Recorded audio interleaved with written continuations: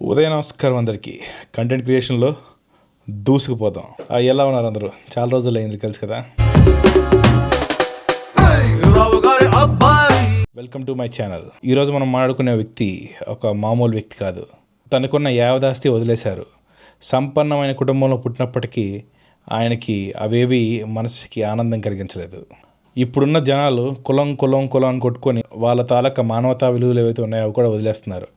కానీ ఆయన తన కులం సంఖ్యలను వదిలేసి రెడ్డి అనే సామాజిక వర్గం చెందిన ఆయన రెడ్డి అనే పేరును వదిలేశారు.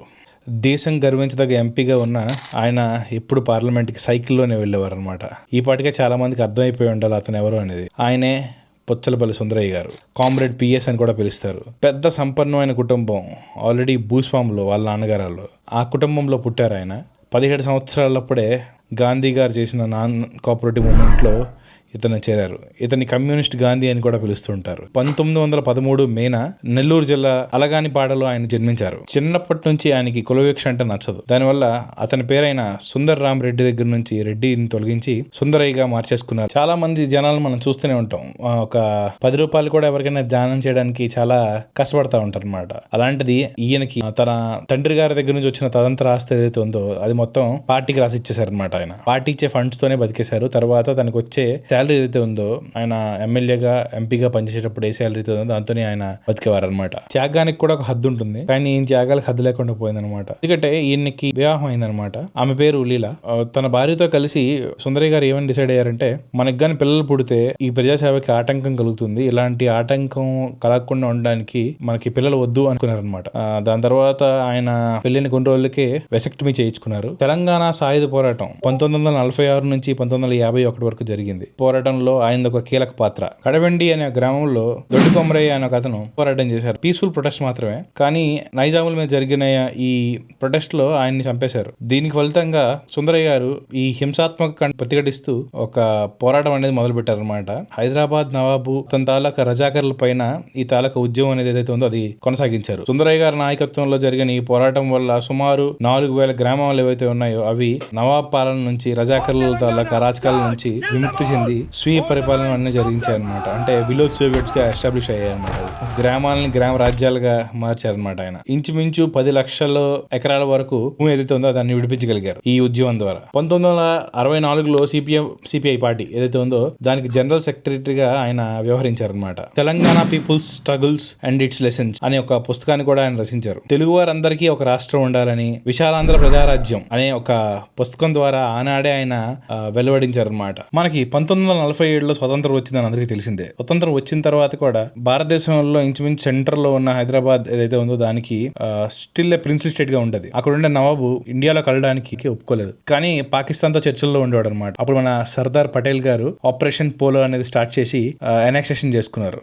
అప్పుడు ఇండియన్ ఆర్మీ ఏదైతే ఉందో అది హైదరాబాద్కి వచ్చింది. దానికి కారణం ఏంటంటే కాసిం రజ్బీ నాయకత్వంలో రజాకారులు చాలా మంది విపరీతంగా కమ్యూనిస్టులని మరియు హిందువుల్ని అలరబెడుతూ ఉండేవారు హైదరాబాద్ ప్రాంతంలో. ఆపరేషన్ పోలో అయిపోయిన తర్వాత హైదరాబాద్ ఏదైతే ఉందో అది ఇండియాలో కలిసిపోయింది. ఆపరేషన్ పోలో సంఘటన సుందరయ్య గారి జీవితంలో ఒక బిగ్గెస్ట్ ట్విస్ట్ గా నిలిచింది. ఎందుకంటే ఐడియాలజికల్ క్రైసిస్ అనేది ఒక స్టార్ట్ అయింది అనమాట. అప్పటి వరకు పోరాటాలు చేస్తూ ఉండేవారు.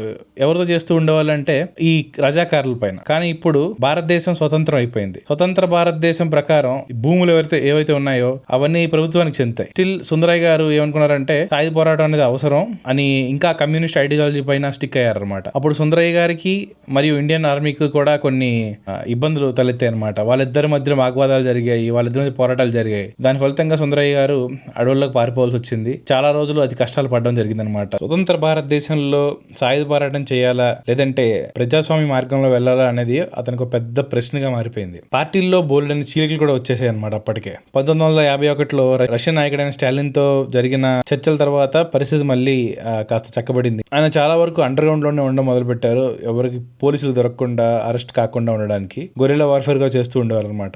తర్వాత 1951లో జరిగిన చర్చల తర్వాత పోరాటం కన్నా ప్రజాస్వామ్యం వైపు వెళ్ళడం మంచిదనిపించింది అనమాట. ఇప్పుడు ఏం చేశారంటే 1952లో పార్లమెంట్ల వైపు ఆయన అడుగులు వేశారు. ఒక తుపాకీ పట్టిన గొరిల్లా నాయకుడు కాస్త పార్లమెంట్ లోకి వెళ్లే నాయకుడిగా మారిపోయారు అన్నమాట. 1957లో జరిగిన మొదటి ఎన్నికల్లో అజ్ఞాతంలోనే ఉంటూ పోటీ చేశారు. కానీ గెలిచేశారు ఆయన. ఇందాక మనం చెప్పుకునే పుస్తకం ఏదైతే ఉందో తెలంగాణ ప్రజల సాయుధ పోరాటం వాటి పాఠాలు అని చెప్పి, ఆపరేషన్ పోలోలో ఇండియన్ ఆర్మీ వ్యవహరించిన తీరు అండ్ కమ్యూనిస్ట్ వైఫల్యాలు వీటి కోసం విశ్లేషిస్తూ ఆయన రాసిన పుస్తకం అనమాట. అది తినడానికి సరైన తిండి లేక, గొరిల్లా వార్ఫేర్ చేయడానికి ఉన్నారు కాబట్టి వాళ్ళకి సరైన కండిషన్స్ లేక అనారోగ్యానికి కూడా ఆయన చాలా గురయ్యారు అనమాట. సుందరయ్య గారు తన జీవితం ఎంత సింపుల్ గా గడిపారు అనడానికి ఫ్యూ ఎగ్జాంపుల్స్ ఉన్నాయన్నమాట. అతను ఢిల్లీలో ఎంపీగా ఉండేటప్పుడు ఇంచుమించు అందరు ఎంపీలు ఖరీదైన కార్లలో వచ్చారు, ఈయన మాత్రం సైకిల్ మీద వెళ్ళేవారు అనమాట. అందుకే ఈయన్ని బైసికిల్ ఎంపీగా పిలుస్తూ ఉంటారు. ఆయనకి హైదరాబాద్లో ఉండేటప్పుడు సొంత ఇల్లు ఉండేది కదనమాట. అప్పుడు పార్టీ కార్యాలయంలోనే పడుకునేవాళ్ళు. చాలా మంది ప్రజానాయకులు ఎవరైతే ఉన్నారో వాళ్ళ తాలూకా పనులని చేయడానికి చాలా మంది నౌకర్లు అట్లాంటి వాళ్ళందరూ ఉండేవారు. కానీ తన బట్టలు సైతం అతనే ఉతుక్కునేవారు అనమాట. చాలా బలహీనంగా ఉండే క్షణాల్లో కూడా అక్కడ ఉండే నర్సులు హాస్పిటలైజ్ అయ్యారు కదా, అప్పుడు వాళ్ళ నర్సులు కానీ వేరే మనుషులు కానీ వచ్చి ఆయన తినేసిన పల్లెలు ఏవైతే ఉన్నాయో అవి క్లీన్ చేస్తానన్నా సరే లేదని చెప్పి అప్పుడు ఆయన చాలా బలహీనంగా ఉండేవారు. అయినా సరే ఆయన పని ఆయనే చేసుకునేవారు అనమాట. ఒకనొక సందర్భంలో నల్గొండలో ఒక చిన్న హోటల్లో ఆయన వెళ్ళి భోజనం చేస్తూ ఉండగా అక్కడ ఉన్న ఓనర్ అతను చూసి గుర్తుపట్టి, సార్ మీరు పెద్ద నాయకులు, మీరు బిల్ అంటే పే చేయని అవసరం లేదు అని చెప్పి ఆయన అడిగారు అనమాట. కానీ ఆయన ఎప్పుడు ఒప్పుకోకుండా, నేను తిన్న వాటికి నేను డబ్బులు ఇవ్వకపోతే అది ప్రజల డబ్బుని దోచుకోవడం అవుతుంది కాబట్టి నన్ను ఇబ్బంది పెట్టకండి అని చెప్పి ఆ డబ్బులు ఏవైతున్నాయో చెల్లించేశారనమాట ఆయన. ఈ రోజుల్లో రెడ్డి అనే పేరు సమాజంలో పెద్ద గుర్తింపు హోదా ఉంది. ఆ హోదాని వదిలేసి ఆయన నిరాడంబరంగా సుందరయ్యగా మారిపోయారు అనమాట. చనిపోయినంత వరకు ఆయన పార్టీ ఇచ్చే అలవెన్స్ అంటే సుమారు 300 నుంచి 500 రూపాయల వరకు ఇచ్చిన అలవెన్స్ తోనే బతికేశారు. వాళ్ళ తండ్రి గారు ఇచ్చిన కోట్ల ఆస్తి ఏదైతే ఉందో అది మొత్తం పార్టీకి రాసిచ్చేశారు అనమాట ఆయన. ఇంకో విషయం ఏంటంటే చాలా మంది చెప్తుంటారు ఆయన దగ్గర కేవలం 2 జతల బట్టలు మాత్రమే ఉండేవి అని చెప్పి. ఇలాంటి వాళ్ళు ఎంతమంది ఉన్నారు చెప్పండి దేశంలో. మనం ముందుగా చెప్పుకున్నట్లు 17 సంవత్సరాలు ఆయన నాన్ కార్పొరేషన్ మూవ్మెంట్ లో జాయిన్ అయినప్పుడు అరెస్ట్ అయినది జరిగిందనమాట. అరెస్ట్ చేసినప్పుడు తీసుకెళ్లి జైలు వేసేస్తే అప్పుడు అమీర్ హైదర్ ఖాన్ అని కలిసారనమాట. అప్పటి నుంచి ఆయన గాంధీయన్ వేస్ నుంచి మార్క్సిస్ట్ వేస్ కి షిఫ్ట్ అయ్యారనమాట. అంటే అతనిలో ఉన్న కమ్యూనిస్ట్ ఎవరైతే ఉన్నారో ఆయన మేల్కొన్నారు. పార్లమెంట్ లో ఒక వాగ్వాదం జరిగిందనమాట సుందరయ్య గారికి నెహ్రూ గారికి మధ్యలో అనమాట. ఆపరేషన్ పోలోలో జరుగుతున్నప్పుడు ఇండియన్ ఆర్మీ వ్యవహరించిన తీరుపై ఆయన విమర్శించారు. దానికి నెహ్రూ గారు చాలా కోపంతో రియాక్ట్ అయ్యారు అనమాట. వాళ్ళిద్దరి మధ్యన ఘర్షణ ఒకరు తిట్టుకోవడం జరిగిందనమాట. అయితే కట్ చేస్తే నెక్స్ట్ రోజు మళ్ళీ సుందరయ్య గారు వచ్చి పార్లమెంట్ లోకి నెహ్రూ గారిని అపాలజీ అడగడం, అతను అపాలజీ అడిగే విధానం, అతని హ్యూమిలిటీని చూసి నెహ్రూ గారికి కూడా అతని పైన గౌరవం పెరగడం అనేది జరిగాయి అనమాట. ఇది ఒక ప్రైమ్ ఎగ్జాంపుల్ అనమాట. అప్పట్లో ఐడియాలజికల్ డిఫరెన్సెస్ మాత్రమే ఉండేవి, కానీ ఒక ప్రధానికి ఇవ్వాల్సిన గుర్తింపు ఏదైతే ఉందో అది ఖచ్చితంగా ఎప్పుడు వేరే లీడర్స్ ఇచ్చేవాళ్ళు అనమాట. ఇప్పుడు అది చూడలేకపోతున్నాం అనుకోండి, ఇది వేరే విషయం, కాంట్రవర్సీ వదిలేండి. ఇలా అపాలజీ చేయగానే నెహ్రూ గారు వచ్చి ఆయన హగ్ చేసుకున్నారు అనమాట. తెలంగాణ ప్రజల పట్ల మీకున్న ఆవేదన నాకు అర్థమైంది. మీలాంటి నికార్సైన మనుషులు సభలో ఉండడం దేశానికి ఎంత అవసరం అని చెప్పి నెహ్రూ గారు ఆయన చాలా ప్రశంసించారనమాట. ఆలింగనం కూడా చేసుకున్నారు ఆ సందర్భంగా. ఆయన ఎంత పెద్ద వ్యక్తి కానీ ఎంత ఈగో కూడా లేకుండా ఉండడం అనేది ఉందో అది ఆయన దగ్గర నుంచి ఖచ్చితంగా నేర్చుకోవాలన్నమాట.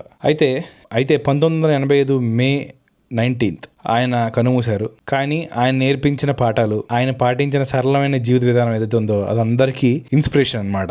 అధికారం ఉంటే అనుభవించడం కాదు, అంకిత భావంతో ప్రజలకి నిస్వార్థమైన సేవ చేస్తూ బతకాలని చెప్పి ఆయన జీవితం ఒక ప్రైమ్ ఎగ్జాంపుల్ అనమాట. సుందరయ్య గారు ఆయన కిడ్నీ ఎయిల్మెంట్ అనమాట, ఒక కిడ్నీ సంబంధించిన ఒక ఇష్యూ వల్ల బాధపడుతూ ఉండేవారు అనమాట. ఆయన 75 ఇయర్స్ ఉంటాయి అప్పుడు ఏజ్. ఇంచుమించు 72 ఇయర్స్ నుంచి ఆయన ఆరోగ్యం కాస్త క్షీణించడం అనేది మొదలు పెడుతూ ఉండింది. అయితే ఆయన సింపుల్సిటీ ఎంతంటే చనిపోయే వరకు సింపుల్సిటీయే.